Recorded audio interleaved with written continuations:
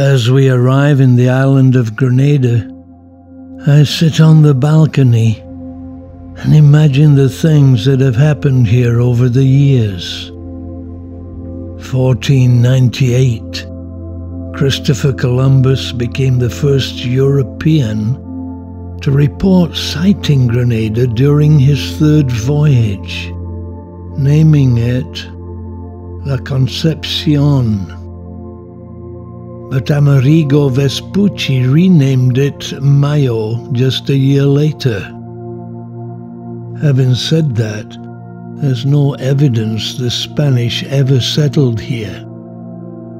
Over the years, various Europeans are known to have both fought and traded with the indigenous Caribs here. The English even tried to settle here in 1609. But they were massacred and driven away by the native Caribs. We enjoyed arriving this morning. Coffee on the balcony as usual.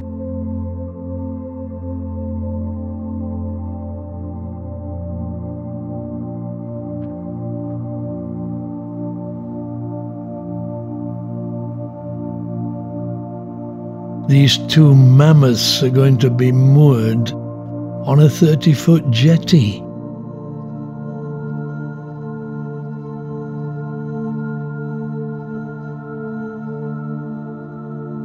The Discovery Llama welcomes us ashore, and I take advantage of the opportunity to shoot these two giants side by side.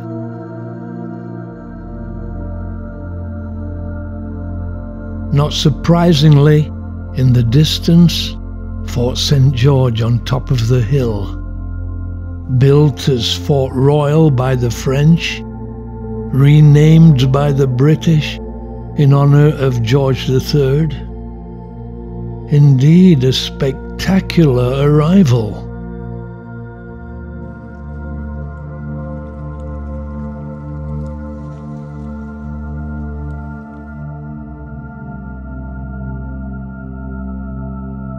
What a shot that is.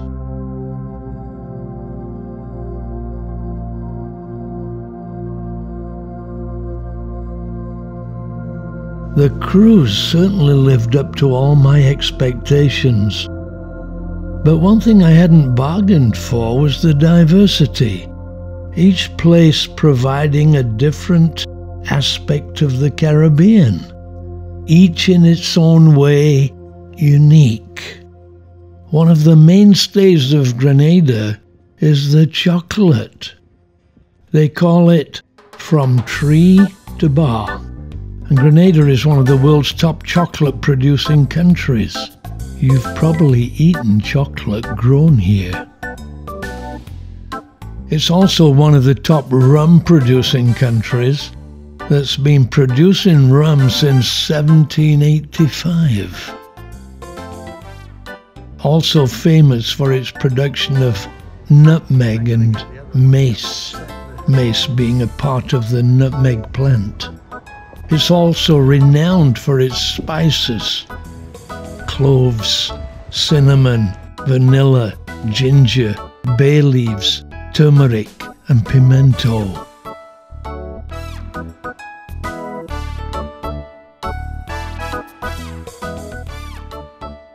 Here the cruise terminal was very colourful, everyone trying to get a good shot. The colourful national flag blowing in the breeze as we begin to explore. In order to exit the port, passengers have to stroll through the shopping area. Great shops and cafes.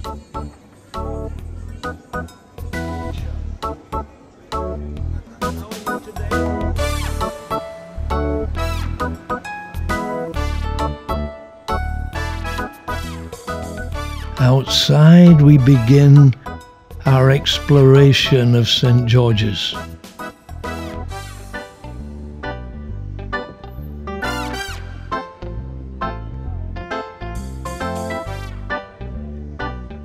the Scottish Presbyterian Church of St Andrew on the hill.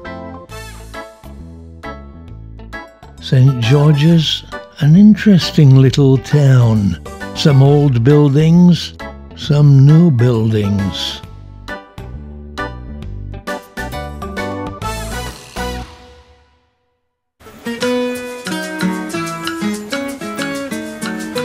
It's a good thing they don't have snow or ice here. The market in full swing. The ships very close to the town.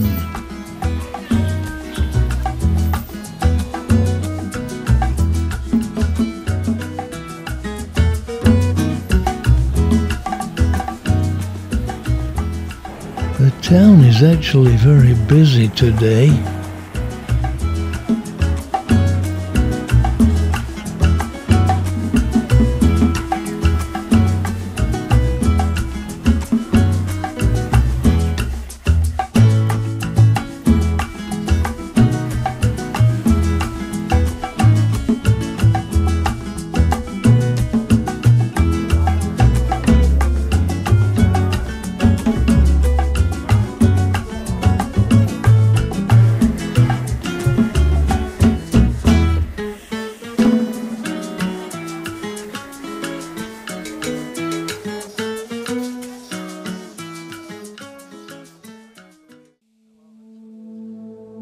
We then strolled up the hill to take a closer look at the church.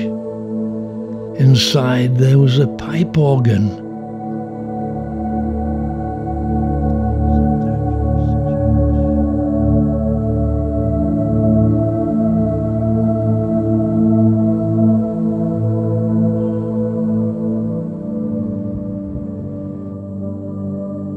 Outside, a great view of the harbour and the ships. The port was a delightful place. The size of these two cruise ships side by side, indeed a spectacle in this small town.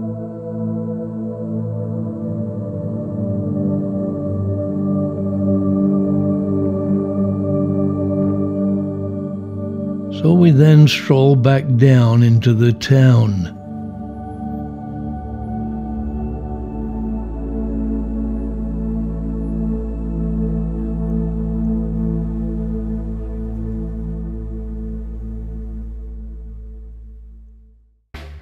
We then hired a taxi to show us around, to get a glimpse of the island. The heart of the island, in the country.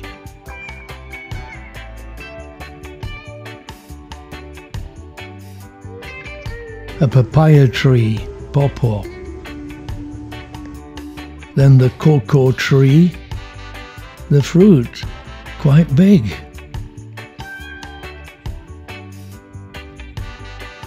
The cinnamon tree. Bananas, of course, ubiquitous.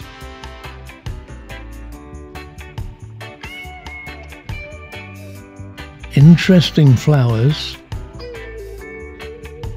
This is the Boca Secondary School, one of the best schools in the island.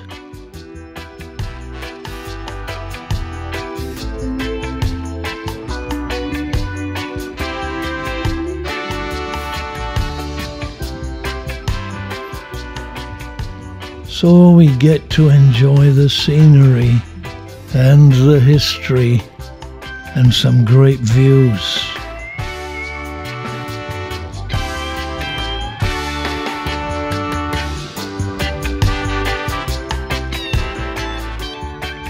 We then ascended to Fort Frederick. Fort Frederick has the distinction of never having had to fire a shot in anger. Which of course begs the question, why was it ever built?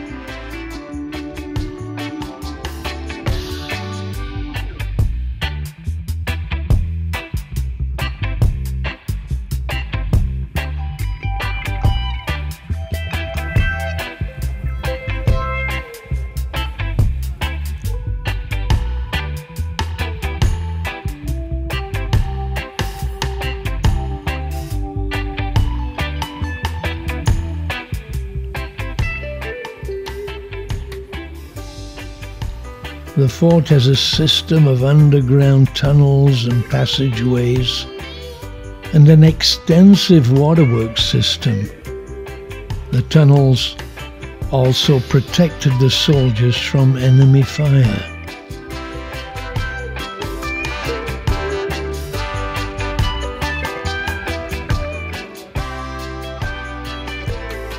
It was interesting to walk around, and being built on top of the hill afforded great views.